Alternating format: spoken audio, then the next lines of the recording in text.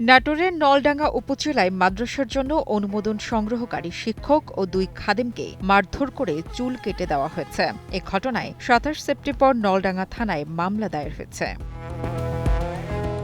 মামলার এজাহার থেকে জানা গেছে, চলনবিল আল জামিয়া মহিলা মাদ্রাসার নামে রসিদ দিয়ে দোকান ও বাড়ি বাড়ি গিয়ে টাকা তোলেন মাদ্রাসার শিক্ষক মামুন, খাদেম আনোয়ার ও রফিকুল ইসলাম।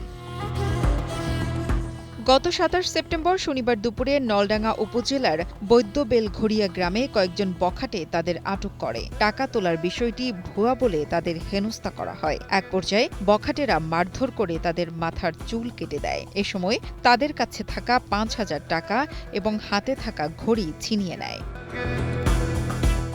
আল জামিয়া মহিলা মাদ্রাসার পরিচালক মোহাম্মদ সাইফুল্লাহ ঘটনার নিন্দা জানিয়ে দোষীদের বিরুদ্ধে ব্যবস্থা নেওয়ার দাবি জানিয়েছেন। ওনারা সন্দেহবশত বলতেছে নাকি যে আপনারা আদায়কারী বা আপনারা মাদ্রাসা নাই হ্যান এগুলো বলে ওদের আটকেছে।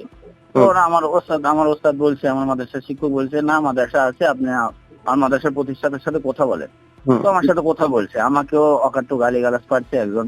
বসুন্ধরা টিস্যু অশুদ্ধতার বিরুদ্ধে এক বিন্দুও ছাড় নয়। এই একজন তো হামা করে কান্না করে দিল যে ভাই দেখেন আমাদের পাঠাইছেন আর এইভাবে আমাদের সাথে এই ব্যবহারটা করা হয়েছে। চুল তো কাটে দিছে, আবার শারীরিক নির্যাতন। এখন আমাদের দাবি দেখেন, আমরা এই নিয়ে আমাদের মাদ্রাসা আছে চালাতে চলাতে হবে, আমরা বেশি কিছু না।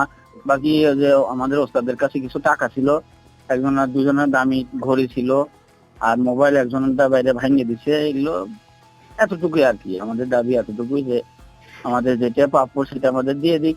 আমরাও চাই না, ওরা হয়তো ভুলবশত করছে, এটাও হতে পারে।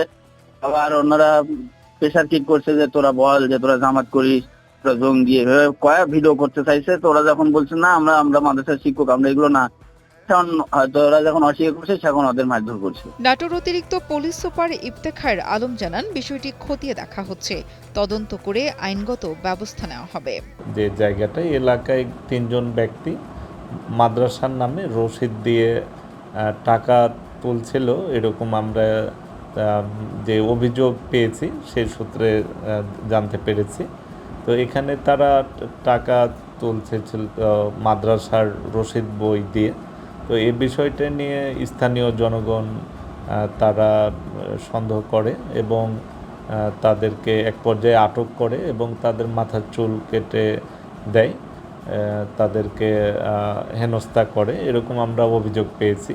তো পুরো ঘটনায় আমরা প্রকৃত কি রহস্য এই চাঁদার বা রসিদের যে বিষয়টি, এটা আমরা খতিয়ে দেখছি এবং পরবর্তী আইনানুগ ব্যবস্থা যেটি আমাদের সেটি আমরা অব্যাহত রেখেছি। গোলাম রাব্বানীর পাঠানো তথ্য ও ভিডিও চিত্রে ডেস্ক রিপোর্ট, কালের কণ্ঠ।